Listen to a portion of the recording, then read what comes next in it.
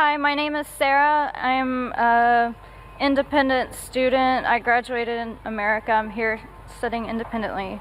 As you have stated, Jesus never does claim divinity in the Bible.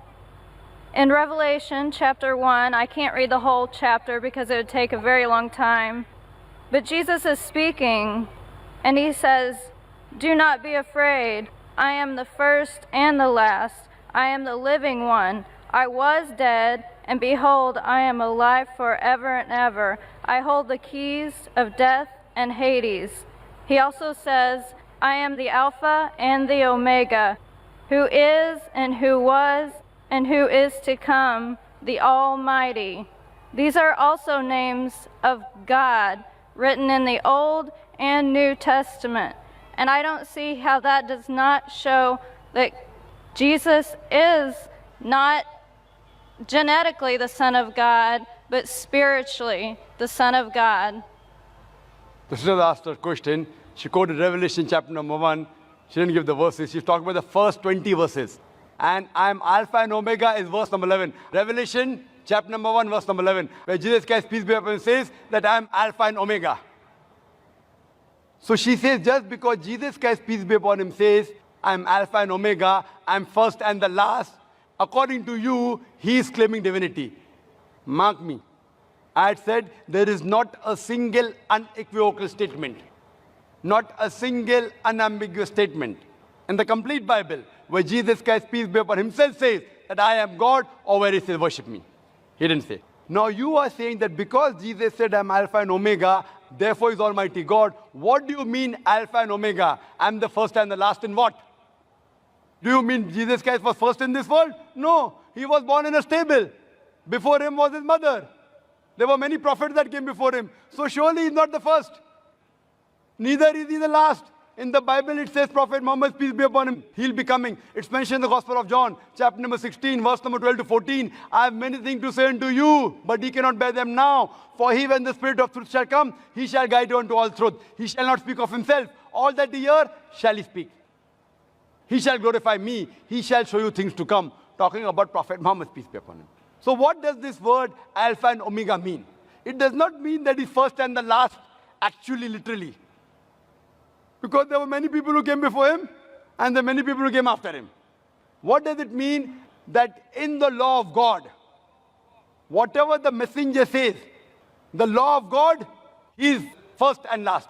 At the time of Moses, Moses was Alpha and Omega as far as the law of God was concerned. Whatever he taught had to be followed. At the time of Jesus, Jesus Christ, peace be upon him, his teachings were Alpha and Omega. It had to be followed. At the time of Prophet Muhammad, peace be upon him, his teachings are Alpha and Omega. It is the first and the last. It does not mean that he claimed divinity. So therefore I said, any unambiguous statement, if you literally mean you are first and last, if you read the Bible disagrees. There were many people who came before Jesus Christ, peace be upon him. He was born in the womb of the mother. And various people came after him also. So surely, sister, therefore I said, unambiguous, unequivocal statement. Hope that answers the question. Yes, brother. My name is Aryaputra Kumar Narayan Singh Konte from Delhi. I speak continue English to English. I am very, very sorry. Sir मैं पूछना चाहता हूँ क्या भगवान के बनाए हुए सभी नियमों में परिवर्तन होता रहता है क्या? मैं इसलिए पूछना चाहता हूँ क्योंकि इस्लाम धर्मावली बोलते हैं कि यानी कि मनुष्य का कभी पूर्ण जन्म नहीं होता है, और जबकि श्रीमद् भागवत गीता में श्री कृष्णा ने अर्जुन से कहा है, हे पार्थ, कि इंसान यानी कि कई बार जन्म लेता है, शायद तुम्हें नहीं मालूम है, मेरे कई जन्म हो चुके हैं। मैंने पहला जो गीता का ज्ञान दिया था वो पहले मनु को दिया था, जिसे आप शायद नू इस्लाम का नाम से जानते होंगे। और दूसरी बार कहते हैं कि मैंने सूर्य देव को ये ज्ञान दिया था, उसके बाद मैं आपको दे रहा हूँ। तो सर आप क्या बता सकते हैं कि मनुष्य का पूर्ण जन्म होता है या नहीं होता है? क्या भगवान के बनाए हुए नियमों में क्या परिवर्तन होता रहता है कि समय अनुसार? मैं ये पूछना चाहता हूँ। The brothers asked two questions. The first question is, can there be change in the law and the teachings of Almighty God? Can there be changes? And question two is that can a person be reborn? Can he be reborn? And he quoted a verse of the Gita, which I'll come to it later on. As far as the first question is concerned, can the laws of God keep on changing? If the law of God is time-bound, if it's meant for only a particular group of people and for a particular time period, it will keep on changing. For example, as I mentioned in my talk, Torah, Zabur, Injil, all of them were revelation of God, but they were meant for a particular group of people and for a particular time period. But once the last and final revelation of God has been revealed, nothing new can be added, nothing can be subtracted. Quran is the last and final revelation of Almighty God. No other revelation is going to come. Prophet Muhammad, peace be upon him, is the last and final messenger. There is no other messenger to come. Allah says in Surah Azab, chapter 30, verse number 40, مَا كَانَ مُحَمَّدٌ أَبَا أَحَدٍ مِّن رِجَالِكُمْ وَلَٰكِنَّ رَسُولَ اللَّهِ وَخَاتَمَ النَّبِيِّينَ وَكَانَ اللَّهُ بِكُلِّ شَيْءٍ عَلِيمًا. That Muhammad, peace be upon him, is not the father of any of you men, but he is a messenger of Allah and is the seal of the prophets. And Allah is all-knowing, full of wisdom. After Prophet Muhammad, if anyone says that he is a messenger of God, he gets revelation, then he requires a psychiatrist. Prophet Muhammad is the last and final messenger. After Quran, no other revelation is going to come. And Quran clearly mentioned in Surah Ma'idah, chapter 5, verse number 3, on this day have I completed my religion for you, and I've chosen for you Islam, and complete my favor on you. Once the religion is completed, nothing new can be added, nothing can be subtracted. So as for your question, yes, the old revelations, there can be changes. But the basic message from the first revelation till the last about Tawheed, about oneness of God is the same. So all the revelations that came before the Quran, they have not maintained their pure form. They have been changed by human beings. And because it was not meant for eternity, Almighty God didn't feel it fit to be preserved. But as far as the Quran is concerned, Allah says in Surah Hijr, chapter number 15, verse number 9, we have revealed the Quran and we shall guard it from corruption. This Quran, even if all the human beings try and change the Quran, they cannot do it. All the human being and jinn, they get together, they can't change the Quran. So as far as the previous revelation, yes, there can be a change. But the final revelation, no, it cannot be changed. It is the ultimate. Now coming to the second question. No, second question ये है sir, The second question में जुड़ा रहा हूँ अभी. यानी कि अल्लाह Second के question पास याद है तीन मुझे. नेक बंदे जो रहते हैं, उनमें हमारी ओर से ब्रह्मा, विष्णु, महेश तीनों के काम अलग अलग हैं. यानी कि पहला ब्रह्मा, यानी कि जैसा जो जीव काम करता है उसके हिसाब से उसको जन्म यानी कि योनि में भेज देते हैं. दूसरा काम है विष्णु, जो विष्णु जी हैं वो जीवों की पालना पोषणा की ओर ध्यान देते हैं. तीसरे जो महादेव हैं, जिनको देवादिदेव महादेव यानी कि शिव शंकर बोलते हैं, यानी कि वो सब का हिसाब बराबर करते हैं. यानी कि आपके पास जो यानी कि अल्लाह ताला के पास जो तीन बंदे नेक बंदे रहते हैं, उनका भी काम क्या है, यही है. भाई साहब आपने इस्माइल, इजराइल, एक नया सवाल पूछा जी, इसका जवाब दूंगा. पहले पुराने सवाल का जवाब दूं क्या नहीं मैं? जी आपने पुनर्जन्म की बात की बराबर, जी तो उसका जवाब चाहिए या नहीं चाहिए? चाहिए. चाहिए ना. तो पहला पुनर्जन्म की बात करूंगा, फिर आपकी ब्रह्मा, विष्णु और शिवा की भी बात करूंगा. हाँ, इंशाल्लाह तीनों की बात करूंगा मैं. There was asked the new question, so I told him first I'll reply to the old question, then I'll come to a new question. His previous question was that do you believe in reincarnation in a second life? As far as reincarnation is concerned, what you quoted is Bhagavad Gita. But the highest scripture in Hinduism is Ved. Vedas are number one. They are the Shrutis. Then later on come the Smritis. Mahabharata, part of Mahabharata is Bhagavad Gita. Though Bhagavad Gita is more widely read than the Vedas, but authenticity in grade, Veda is higher. The Ved speaks about Punarjanam. Punarjanam means next life. And if you read the Quran too speaks about next life. Quran says you'll come in this world, you'll die, again you'll be resurrected. Punar means next, Janam means life. Punarjanam. Nowhere does the Veda speaks about death, life, death, life, death, life, death, life. Nowhere. Nowhere. Neither does the Bhagavad Gita speak about that. What you quoted to me is a verse of Bhagavad Gita, chapter number 4, verse number 22. I'm giving you the reference. Where it's mentioned in Bhagavad Gita, according to the Hindus, it's the word of Almighty God. And it says that as the human beings keep on changing the clothes, they throw away the old clothes and put on new clothes. Same way, the soul will take a new body. We'll throw away the old body, new body. I have got no problem. In this world, you have this body. When you die, you are resurrected, new body, no problem. It is matching with the Quran, matching with the Veda. But this philosophy, what you're talking about reincarnation, in Sanskrit, it is called as samskara. The theory of reincarnation, the theory of life and death, called as rebirth, correct? Now this theory was propounded by the scholars of Hinduism. It's nowhere mentioned in the Vedas. Why? Because they could not justify.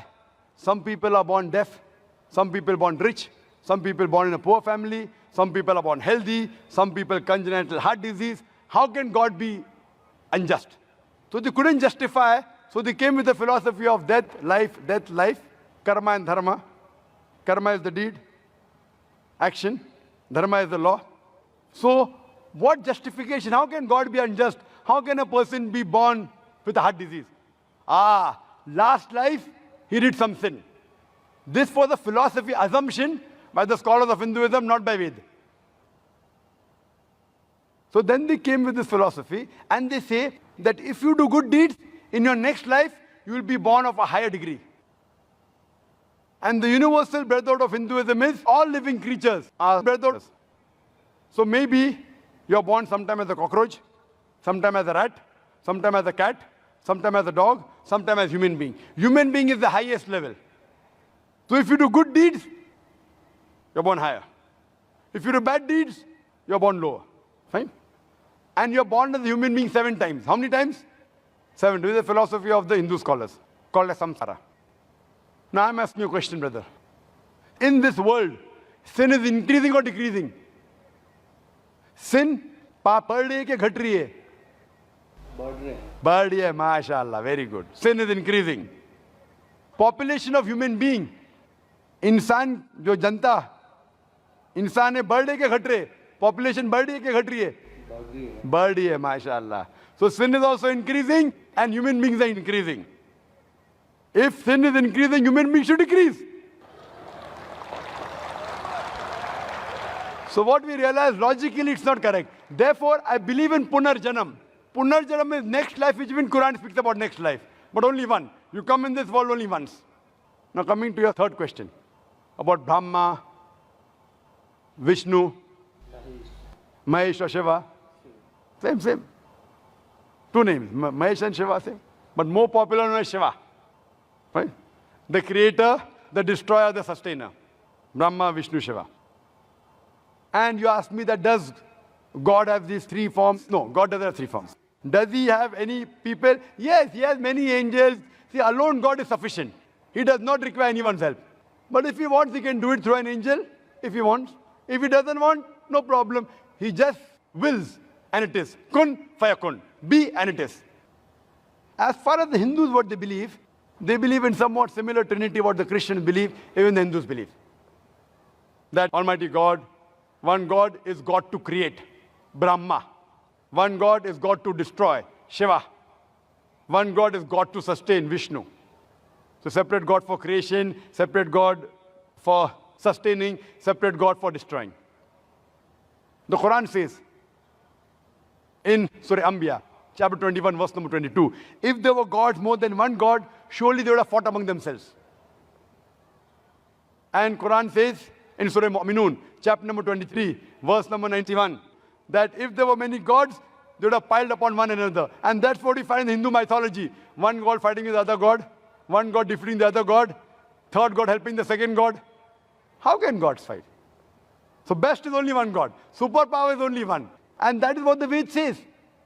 If you ask a common Hindu, how many gods does he believe in? Some will say 3, some will say 100, some will say 1,000, some will say 33 crores, 330 million. But if you ask a learned Hindu, that how many gods should a Hindu believe in, he will tell you Hindu should believe only in one God. But the common Hindu, he believes in a philosophy known as pantheism. What he says, that everything is God. The tree is God, the sun is God, the moon is God, the human being is God, and the snake is God. What we Muslims say, everything is God's. God with an apostrophe S. Everything belongs to God. The tree belongs to God, the sun belongs to God, the moon belongs to God, the human being belongs to God, as well as the snake belongs to God. So the major difference between the Hindus and the Muslims is the Hindus say everything is God, we Muslims say everything is God's. God with an apostrophe S. The major difference is apostrophe S. If we can solve this difference of apostrophe S, the Hindus and the Muslims will be united. How do we do it? Allah says in the Quran in Surah Al-Imran, chapter number 3, verse number 64, "Ta'alaw ila kalmatin sawa'in bainana bainakum." Come to common terms as between us and you. Which is the first term? Allah na'budu illallah. That we worship none but Allah. Wala nushrika bihi shay'an. That we associate no partners with Him. Wala yattakhiza ba'duna ba'dan arbaban min dunillah. That we erect not among ourselves lords and pits other than Allah. Fa in tawallu. If then they turn back. Faqul ishhadu bi anna muslimun. Say we bear witness that we are Muslims bowing our will to Allah subhanahu wa ta'ala. The best way to analyze any religion is not to try and understand what the followers are doing, but you have to analyze the scriptures. Now, if we analyze the Hindu scriptures, if we read the Upanishads, which Ved Upanishad the highest, it's mentioned in Chandogya Upanishad, chapter number 6, section number 2, verse number 1, Ekkam evidityam. God is only one without a second. It is a Sanskrit quotation. Ekkam evidityam. God is only one without a second. It's mentioned in Shvetasvatara Upanishad, chapter number 6, verse number 9. Nachaste kasij, janitana chadipa. Of him, there is no Lord. He has got no parents. Almighty God has got no superior. He has got no mother. He has got no father. It's mentioned in the Shvetasvatara Upanishad, chapter number 4, verse number 19. Na tasya pratima asti. Of that God, there is no pratima. Pratima means image. Pratima means photograph, idol, sculpture, painting. Almighty God has got no photograph, has got no sculpture, has got no statue, has got no painting. He has got no images. And amongst the Hindu scriptures, the most sacred are the Veds. It's mentioned in Yajurved, chapter number 32, verse number 3. Na tasya pratimasti. Of that Almighty God, there is no pratima, there is no images, there is no photograph, there is no sculpture, there is no statue. It's mentioned in Yajurved, chapter number 40, verse number 8. Almighty God is pure.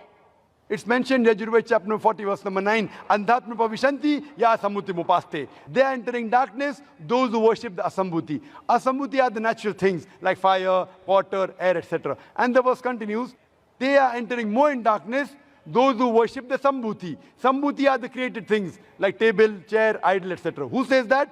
Yajurved chapter number 40, verse number 9. And the Brahma Sutra of Hinduism is Ekam Braham देवता नास्ते नैना नास्ते किंचन भगवान एक ही है दूसरा नहीं है नहीं है जरा भी नहीं है there is only one God, not a second one, not at all, not in the least bit.